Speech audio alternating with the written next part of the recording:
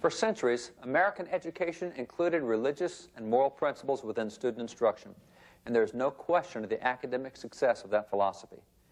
However, there have been great changes in recent years, efforts to completely secularize public education. The results have not been good. In fact, to verify the weakness of the current approach, simply look at the present condition of education. Since the court ordered a completely secular approach to public education in 1962, educational scores have plummeted, evidenced by the dramatic decline in college-bound student SAT scores. Furthermore, in recent international academic competitions, American high school students have regularly finished last, near the last, or in the bottom half of students in both math and science testing. In fact, in a recent international testing, although American elementary students performed above average and junior high students performed at average, American high school students finished at the bottom, thus prompting one critic to remark, "The longer U.S. students stay in school, the less they seem to know."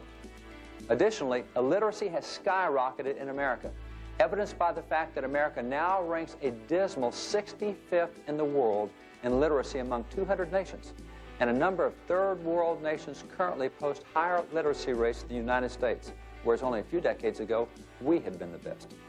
Illiteracy is so rampant that among recent high school graduates, 700,000 of them, after 12 years of public school, were unable to read their own diplomas. These are not the educational results that Americans had experienced under the former philosophy of education.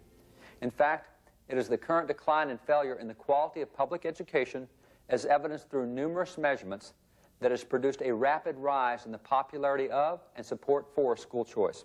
In fact, almost 24 states have now passed some form of educational choice in order to give students a way to escape failing educational systems.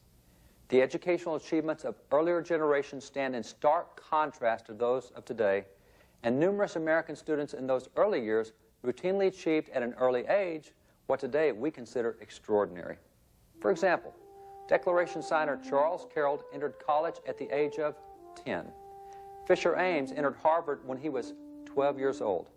And Benjamin Rush graduated from Princeton when he was only 14. And John Trumbull, a law student under John Adams and a justice on the Supreme Court of Connecticut, had already read through the Bible for the first time when he was 4 years old. When he was 6, he won a Greek contest against his local minister. And when he was 7.5 years old, he passed the entrance exam to Yale University. But his parents decided to hold him out until he was 13 so that he could attend college with his peers. There are many similar examples. And while entering a university at 13 or 14 seems a young age to us today, it was not then. And the academics were harder then than they are now. Consider some other examples.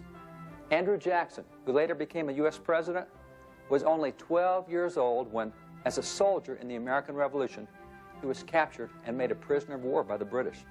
And when John Quincy Adams was 8 years old, he performed musket drills during the Revolution with the famous Massachusetts Minutemen.